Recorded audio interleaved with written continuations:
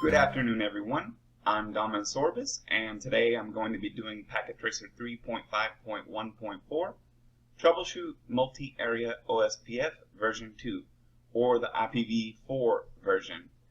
This video is part of a playlist that is part of the CCNA Routing and Switching 6.0 Bridging course, because Cisco announced a new curriculum and the end of life for the ICND 1, ICND 2, and the CCNA in August and September. So this course, this playlist is ideal for anyone who's going to sit for the exams before August the 20th or September, depending on which exam you're sitting for, or for anyone who already has a CCNA and wants to update his or her skill set.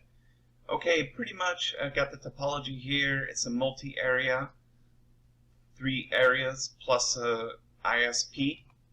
And here are the commands that we're going to be using today. So let's go ahead and look at the instructions here. Pretty much just says that we have some issues in area 1 and also in area 2. In area 1, communication to the .4 network, .4.0 is down, and that router 2 is unable to form an adjacency with router 1. Okay, so that's right here. Alright, so we're going to be checking out these 2 routers. And then secondarily, in area 2, communication to the 16.1.64 and the .1.96 has been lost, and router 4 is unable to form an adjacency. So router 4 is unable to form an adjacency. So we're going to be looking at right here, and it says area 0 is all clear. Okay, let's go ahead and get started. It tells you all the commands right here. So this bridging course is really simple. Let's go ahead and get started on router 2.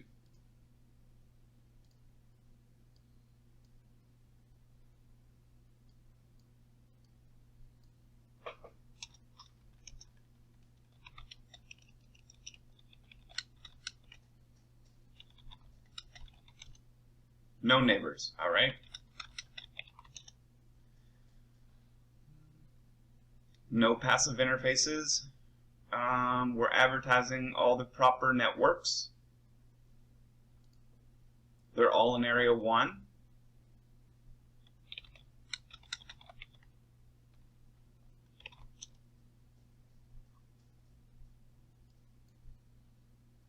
Hello timers are default, and the dead timer as well.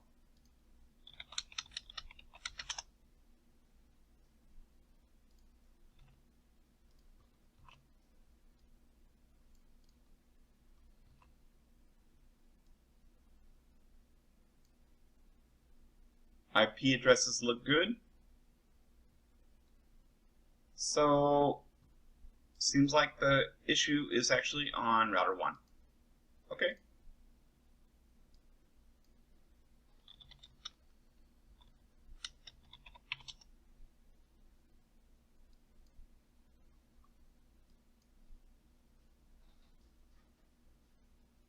Right here's the problem, or a problem at least.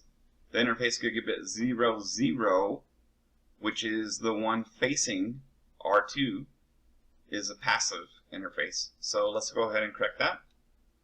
The networks look good. They're advertised correctly.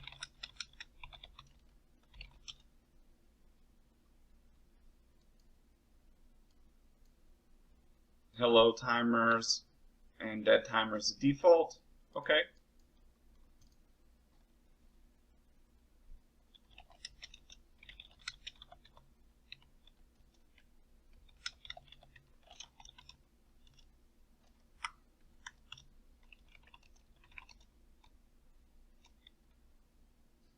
Now we got a neighborship.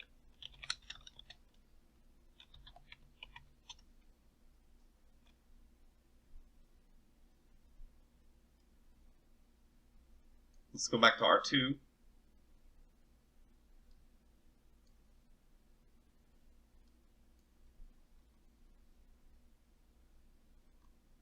Previously we had no neighbors. Let's reissue that command. And now we do. Okay, looks good. We have solved Area 1 issue and scored 50% on our packet tracer. Now, that was pretty much everything Step 1 told you to do. I just summarized it. Alright, now we're going to check the router configurations in Area 2 because the 16.164 and the 16.196 subnets are not showing up in the Area 2 border router.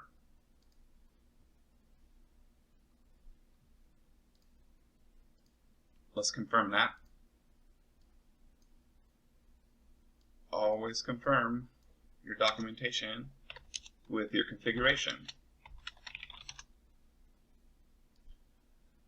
1.64, 1.96. And they are, in fact, not there. Okay.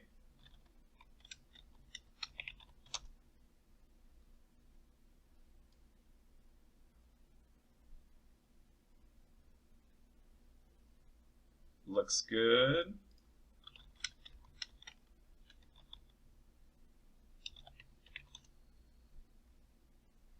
Looks like we got a neighborship with router 3. So I'm thinking the issue is with router 3. Let's confirm.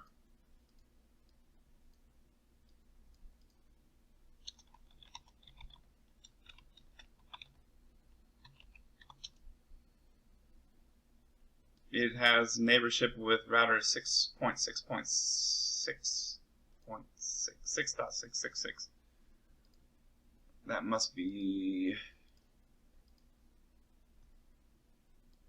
Oh man.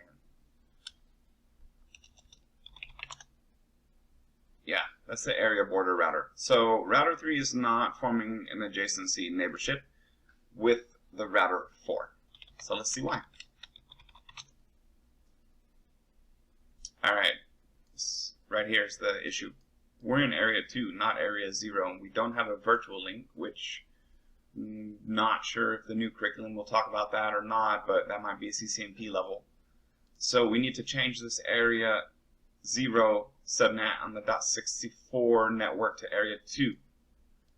And we need to reinitiate the OSPF process, so we're going to clear it all out. Before we do that, let's confirm some other things.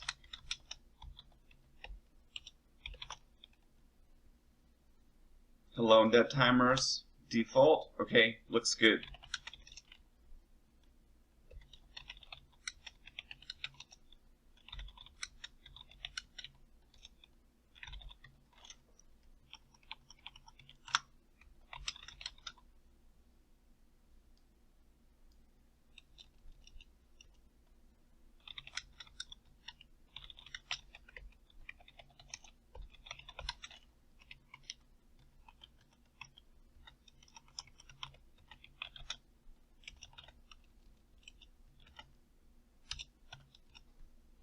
And there we go. Neighborship already with router 4.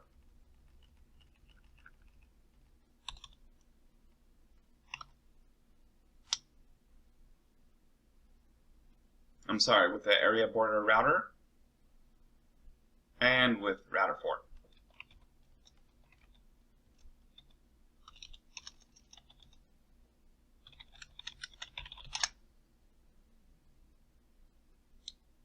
Also, we have this network here. It's looks like it's a summary route from Area 1. So we're able to reach Area 1, it looks like. And what else? Oh, right. Go back to Area Border Router 2 and check the routing table and see if we can see those routes, those subnets that were not there before. The .64, .96 are now there. And we have 100% completion. Okay, so that was pretty simple. Once again, my name is Dominus Orbis. I hope this video has been informative, and I want to thank you for viewing.